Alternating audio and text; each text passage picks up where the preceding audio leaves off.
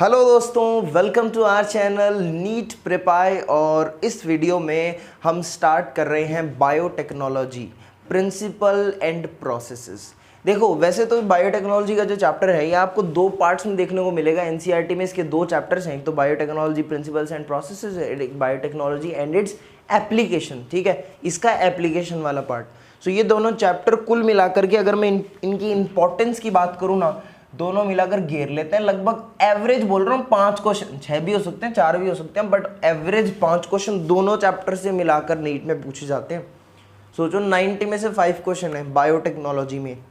और बायोटेक्नोलॉजी को अक्सर मैक्सिमम लोग ये मान लेते हैं कि ये बहुत हार्ड टॉपिक है, ये समझ में नहीं आता, इसमें बहुत कुछ मतलब ऊपर से निकल जाता है, क्वेश्चन सॉल्व नहीं होते सर इसके।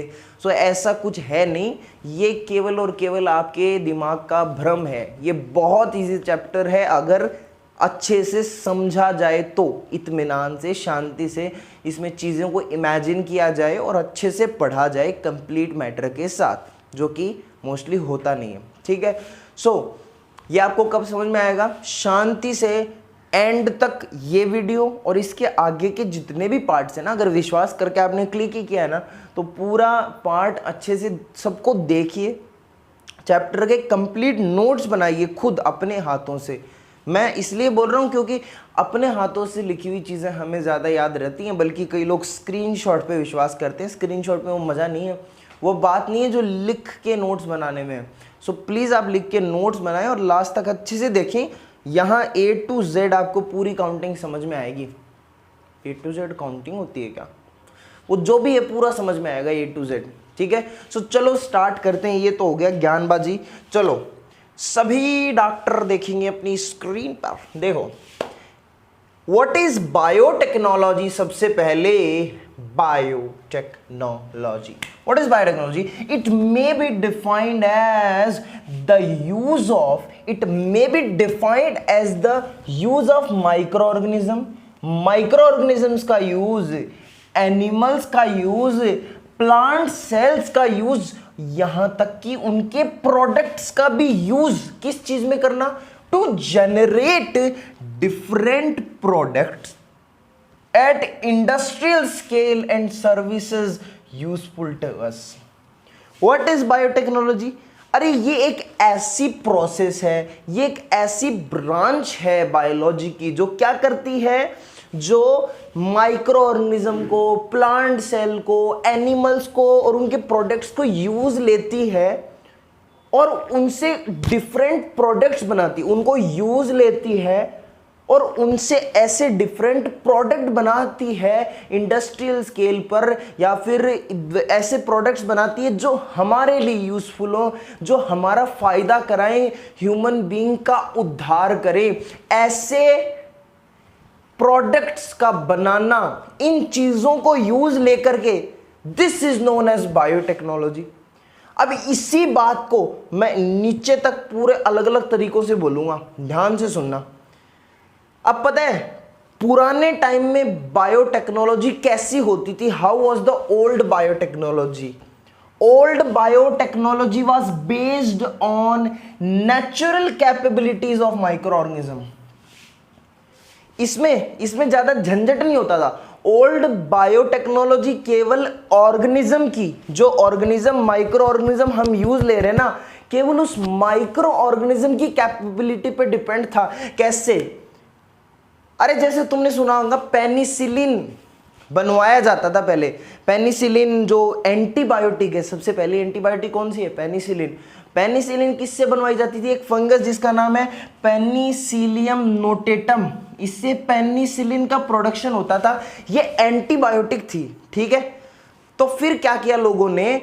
अब लोगों को जब पता चला कि अच्छा ये पेनिसिलियम नोटेटम ये प्रोड्यूस करता है, तो फिर लोगों ने ज्यादा प्रोडक्शन स्टार्ट कर दिया, इनको ज्यादा कल्चर करने लगे ताकि और ज्यादा पेनिसिलिन मिले। अरे और ज्यादा पेनिसिलिन मिले, और ज्यादा पेनिसिलिन मिले, लोगों की बीमारियों को ठीक किया जा सके पेनिसिलिन दे करके।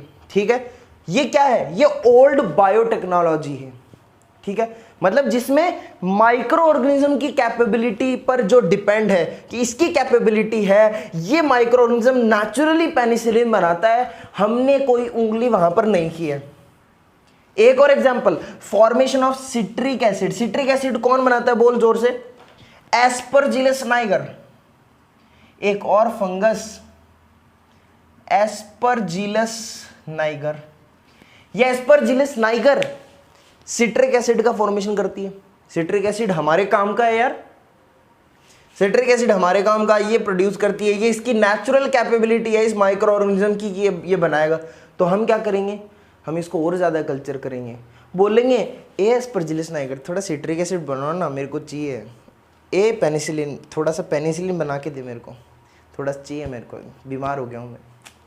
ये ओल्ड बायोटेक्नोलॉजी है। लेकिन धीरे धीरे लोगों में क्या हुआ, लोग मॉडर्न हो गए, न्यू बायोटेक्नोलॉजी आई। What is this new biotechnology? You know, it was based on एक नया word, it was based on recombinant DNA technology. Sir ji ये क्या होती है, ये रिकॉम्बिनेंट डीएनए टेक्नोलॉजी क्या होती है? अब धीरे धीरे लोगों में दिमाग आने लगा, समझदार हो गए लोग, बालिग हो गए। फिर उन्होंने क्या किया, वो डीएनए तक पहुंच गए, सेल को। पहले तो लोगों को सेल नहीं पता थी, फिर देखो सेल के अंदर डीएनए, डीएनए के अंदर nucleic acid, sugar, phosphate group तक पहुंच गए। इतना ज्यादा खोद लिया लोगों ने, इतनी खतरनाक जेसीबी की खुदाई हुई कि लोग डीएनए तक पहुंच गए। अब लोग सोचने लगे कि यार हमारी बॉडी में जो फंक्शंस होते हैं प्रोटीन की वजह से होते हैं। कोई प्रोटीन होता है, वो कोई काम कराता है। वो प्रोटीन कैसे बनता है? उसको बनाता है जीन, प्रोटीन को बनाता है gene. Protein is made up by gene ना, और जीन डीएनए पे प्रेजेंट होता है। तो क्यों ना हम उस डीएनए में कुछ चेंज कर दें, क्यों ना हम उस फसाद की जड़ तक चले जाओ, उसी में कुछ चेंज कर दें ताकि जो हमें चाहिए वो हम बना सकें। समझ में नहीं आया? एक बच्चा पैदा हुआ है छोटा सा, माँ बाप पे डिपेंड करता है कि उनको उसे डांसर बनाना है, सिंगर बनाना है, या फिर उसे डॉक्टर बनाना है, इंजीनियर बनाना है। माँ बाप पे कैसे डिपेंड करता है सर?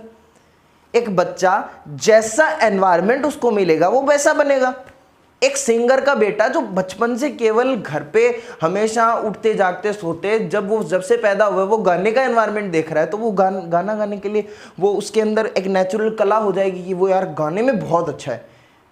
एक कारपेंटर का बेटा है, हाँ बन तो कुछ भी सकता है, बट यू नो उसको नॉलेज होगी, उसमें जो कला होगी वो और किसी में उतनी परफेक्टली नहीं हो पाएगी अगर दूसरा सीखेगा तो, क्योंकि उसके जीन्स में, उसके खून में है ये। समझ में आ रही है ना? तो मैं क्या बोलना चाह रहा हूं, रिकॉम्बिनेंट डीएनए टेक्नोलॉजी क्या होती है?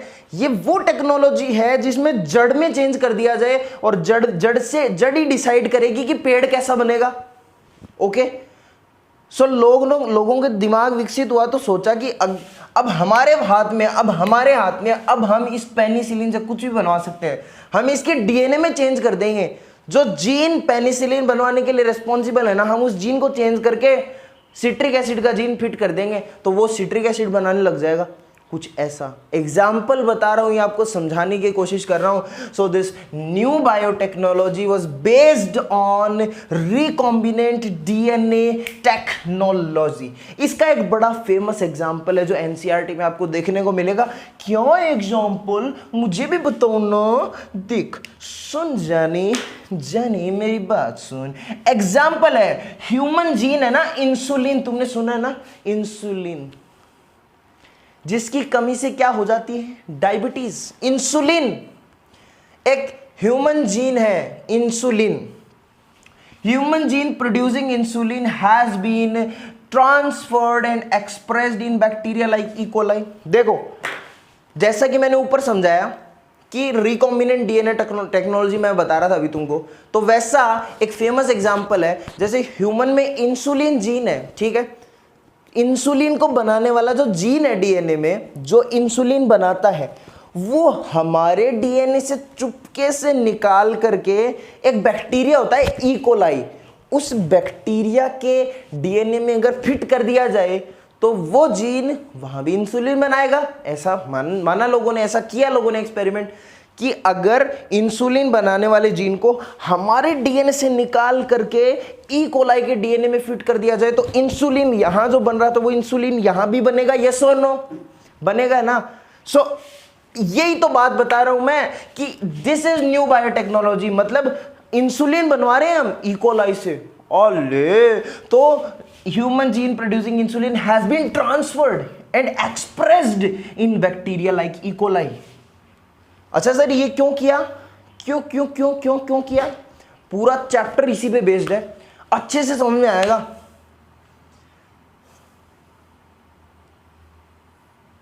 अब ये दोनों जो ओल्ड और न्यू बायोटेक्नोलॉजी हैं, इनकी बातों को मिक्स करके, मतलब जो पुराने टाइम से चला आ रहा था और जो नया सब कुछ डेवलप हुआ, सब कुछ देख भाल के अच्छे से, ये यूरोपियन फेडरेशन ऑफ बायोटेक्नोलॉजी है ना, ये यूरोपियन फेडरेशन ऑफ बायोटेक्नोलॉजी है ना, EFB, European federation of biotechnology, इसने क्या किया?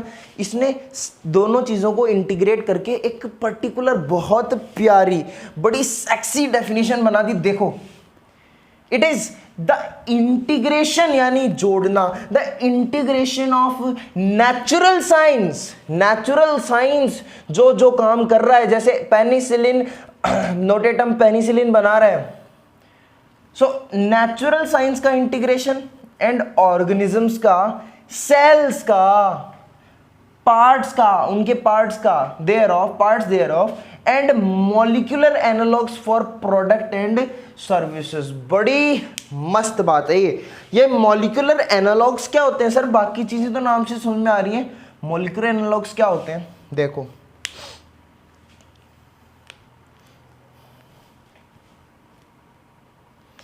मॉलिक्यूलर एनालॉग को मैं एक एग्जांपल से समझाता हूं, ठीक है? एक एग्जांपल से समझा रहा हूं।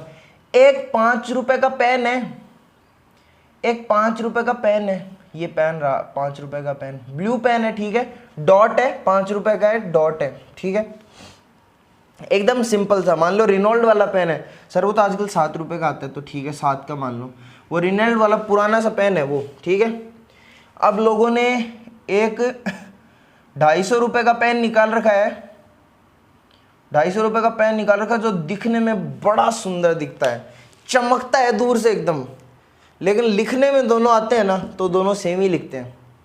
यह चमकता नहीं है, प्लास्टिक का बना हुआ है, सिंपल।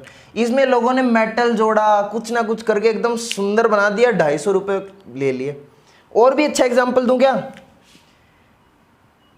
एक आदमी था, वो चाय की टफली पे, नाके पे बैठ के चाय पी रहा था। चाय थी 5 रुपए का, ये छोटा सा कप, ठीक है। क्वांटिटी इस चाय की मान लो कितनी भी मान लो यार, कि जैसे 50 ml मान लो एग्जाम्पल। ये एक 5 स्टार होटल में गया, इतनी 500 ml चाय, 50 ml चाय पी, रुपए दिए 500। What is this? चीज तो वही है, पैसे अलग अलग लग रहे हैं। मैं कुछ ऐसे एग्जाम्पल देखो, आपको मॉलिक्यूलर एनालॉग समझाना चाह रहा हूं। मॉलिक्यूलर एनालॉग क्या होते हैं? मतलब ऐसे केमिकल सब्सटेंसेस, ऐसे मॉलिक्यूल्स, ऐसे केमिकल सब्सटेंसेस जिनकी बेसिक स्ट्रक्चर तो सेम है, बट फंक्शन अलग अलग है। तो कुछ कुछ पता चला। मॉलिक्यूलर एनालॉग की अगर प्रॉपर डेफिनेशन बोलूं तो मैं ऐसे बोलूं, देखो, अगर मान लो कोई हमारे पास ऐसे न्यूक्लिक एसिड्स हैं जो नेचुरली अकरिंग आरएनए डीएनए के बिल्कुल सिमिलर हैं, मतलब जो नेचुरली किसी की बॉडी में डीएनए आरएनए होते हैं उनके जैसे ही हैं बिल्कुल वो न्यूक्लिक एसिड्स, ठीक है। और हम उनको मान लो कोई मेडिसिन बनाने में काम में ले रहे हैं, हम इन न्यूक्लिक एसिड्स को जो आर्टिफिशियल हैं, ठीक है, बेसिक स्ट्रक्चर दोनों की सेम है, स्ट्रक्चर सेम है, दीज आर मॉलिक्यूलर एनालॉग। मतलब मॉलिक्यूलर एनालॉग क्या होते हैं कि ऐसा नेचुरली हो रहा है और ऐसा मैंने आर्टिफिशियल बना दिया, ठीक है। नेचुरली अकरिंग, जैसे मान लो एग्जांपल आरएनए डीएनए है, या एग्जांपल मान लो प्रोटीन है, ठीक है। तो जैसे मान लो इंसुलिन हो गया, ठीक है। सो इंसुलिन अपनी बॉडी में बनता है, वो जो काम कर रहा है वो ठीक है, नेचुरली अकरिंग इंसुलिन है, ठीक है। अब मैंने उंगली करके क्या किया, लैब में आर्टिफिशियली इंसुलिन बना दिया, आर्टिफिशियली इंसुलिन बना दिया, स्ट्रक्चर दोनों की बेसिक सेम ही होगी ना। ये मॉलिक्यूलर एनालॉग्स होते हैं, मतलब एक नेचुरली अकरिंग है, एक आर्टिफिशियल है, स्ट्रक्चर दोनों की सेम है, दोनों को काम में ले सकते हैं हम वही पर्टिकुलर काम कराने के लिए, लेकिन एक नेचुरली अकरिंग है और एक लैब में मैंने उंगली करके बनाया। This is molecular analogue. तो मतलब कुल मिला के बात समझ में आई ना। The integration of natural science and organism cells parts thereof and molecular analog for product and services। ठीक है, फिर से एक बार इसी बात का ढिंडोरा में पीट दूं कि this biotechnology deals with the isolation of useful genes from a variety of sources.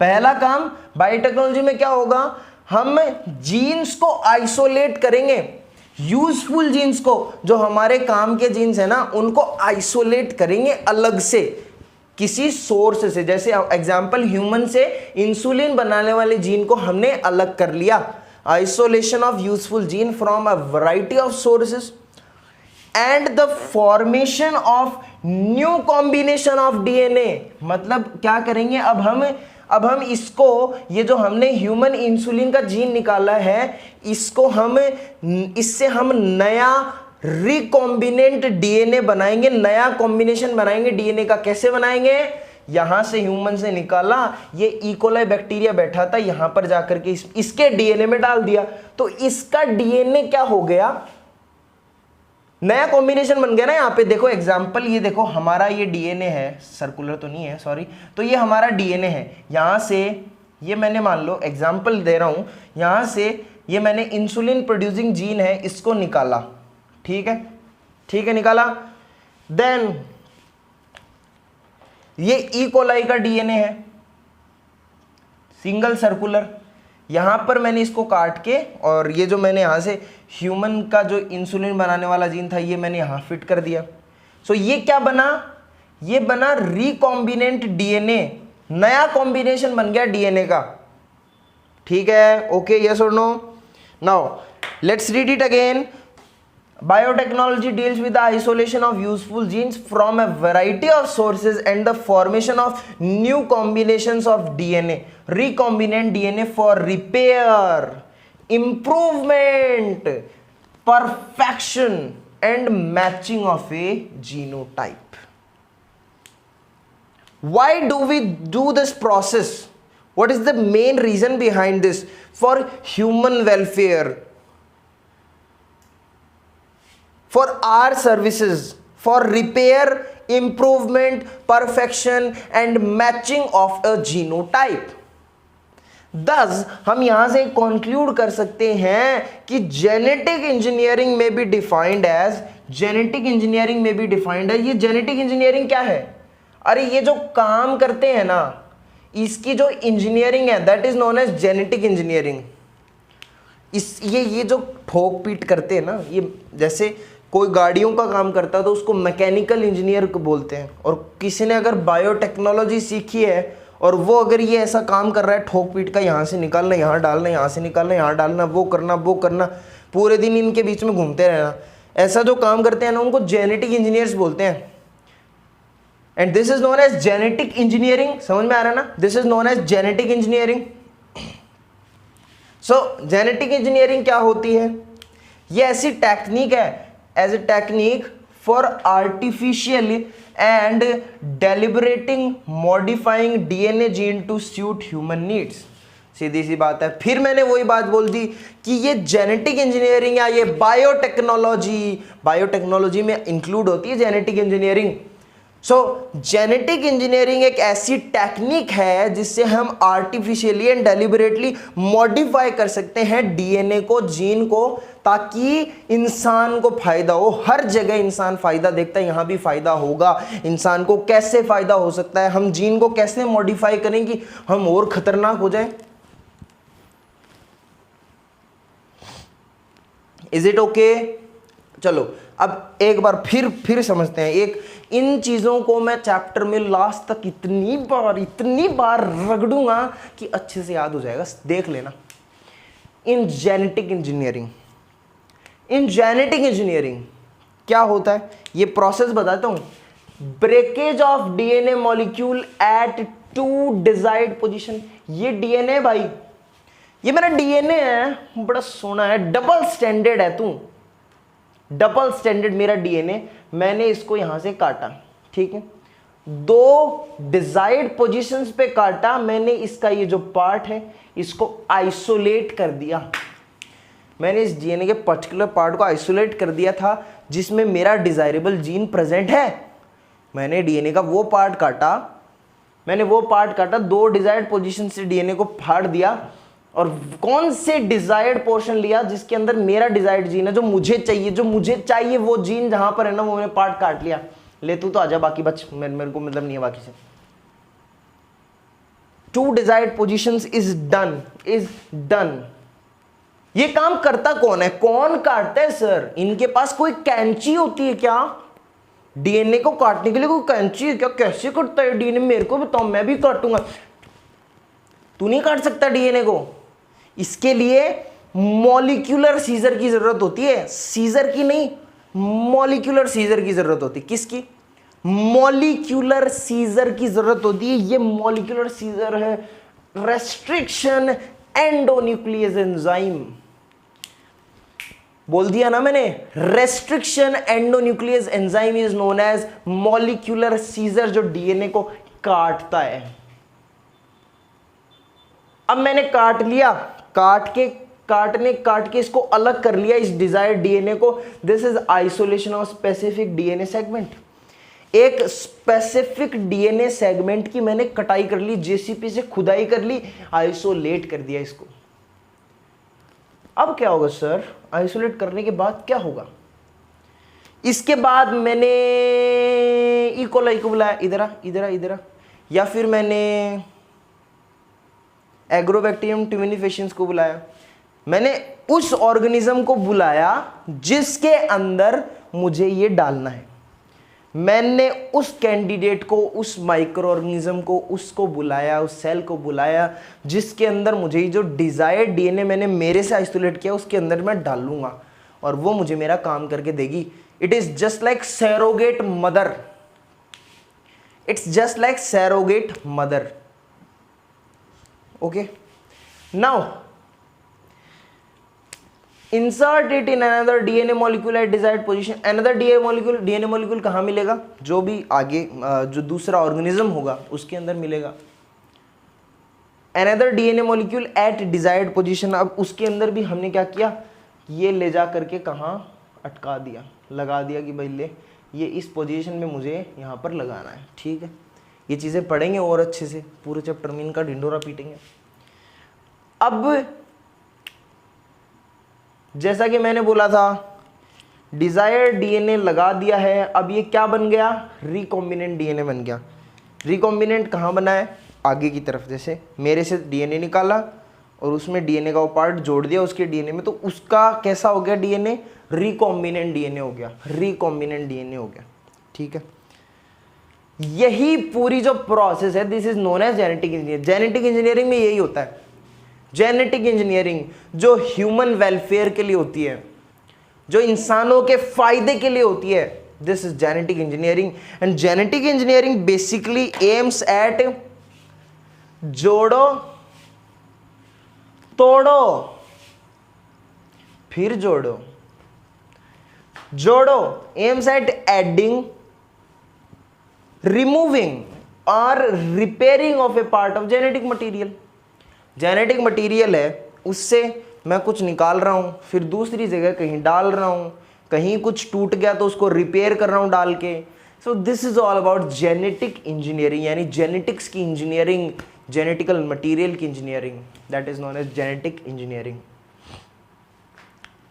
पहली बार था जब इन दोनों लोगों ने, Stanley Cohen and Herbert Boyer, Stanley Cohen and Herbert Boyer, Stanley Cohen and Herbert, बस चुप आगे बोल, Stanley Cohen and Herbert Boyer, इन्होंने पहली बार first made recombinant DNA by linking an antibiotic resistant gene with a plasmid of Salmonella typhimurium.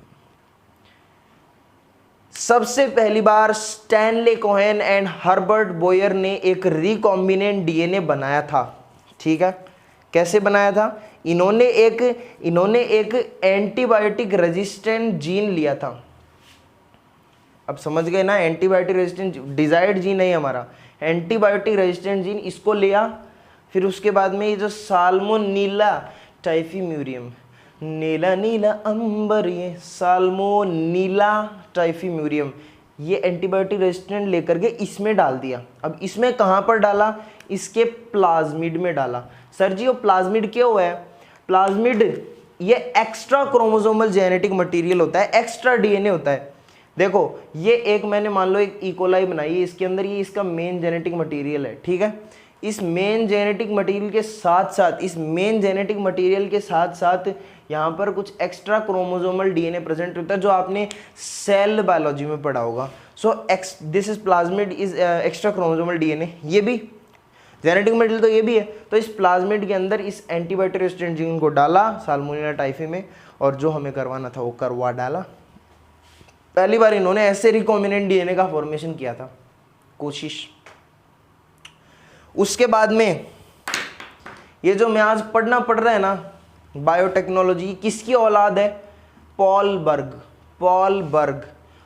Berg is the father of genetic engineering. Genetic engineering का पापा Paul बर्ग। इसने transfer किया था SV40 नाम का ये वायरस है, SV40 जिसको सिमियन वायरस बोलते हैं। He transferred gene of SV40 simian virus into E. coli with the help of lambda phase। इसके लिए इसको नोबेल प्राइज में मिला था 1980 में। सर वो नोबेल प्राइज तो बाद में गए, पहले ऐसे बताओ कि ये ओके है, ये क्या है, ये मुझे समझ में नहीं आया। देखो इसने क्या किया, पहली बार इसने SV40 यानी सीमियन वायरस से इसका एक जीन लिया, फिर उसके बाद में उसको इकोलाई का प्लाज्मिड है उसके अंदर डाला, और अच्छा ये with the help of lambda phase. ये कौन है? ये बिचौलिया है क्या? ये लैम्डा फेज कौन है? हाँ देखो एक बात बताओ, तुम्हें यहां से लेकर के यहां जाना है, एक शहर से दूसरे शहर जाना है, तो तुम्हें जाने के लिए क्या चाहिए होगा? सर मैं बिना गाड़ी के तो ट्रैवल ही नहीं करता हूँ, I am very like that, मेरे को बहुत दिक्कत होती है, मैं बिना गाड़ी के तो ट्रैवल ही नहीं करता हूँ। तो बिना गाड़ी के ट्रैवल नहीं करते तो ये गाड़ी है लैम्डा फेज। यहाँ से जीन निकाला, यहाँ डाला, और बीच के रास्ते में लैम्डा फेज के अंदर बैठ के झिंगा डाला, लैम्डा फेज लेके जाएगा इसको। ये वेक्टर है, ये कैरी करेगा SV40 सिमियन वायरस से लेके E coli. This is the basic introduction of biotechnology. अब मिलते हैं नेक्स्ट वीडियो में, देखते हैं क्या होता है, क्या बायोटेक्नोलॉजी की कहानी आगे बढ़ पाती है, क्या हमें बायोटेक्नोलॉजी समझ आएगी, या इस बार भी निराशा ही हाथ लगेगी। ये सब आपको पता चलेगा अगले एपिसोड में।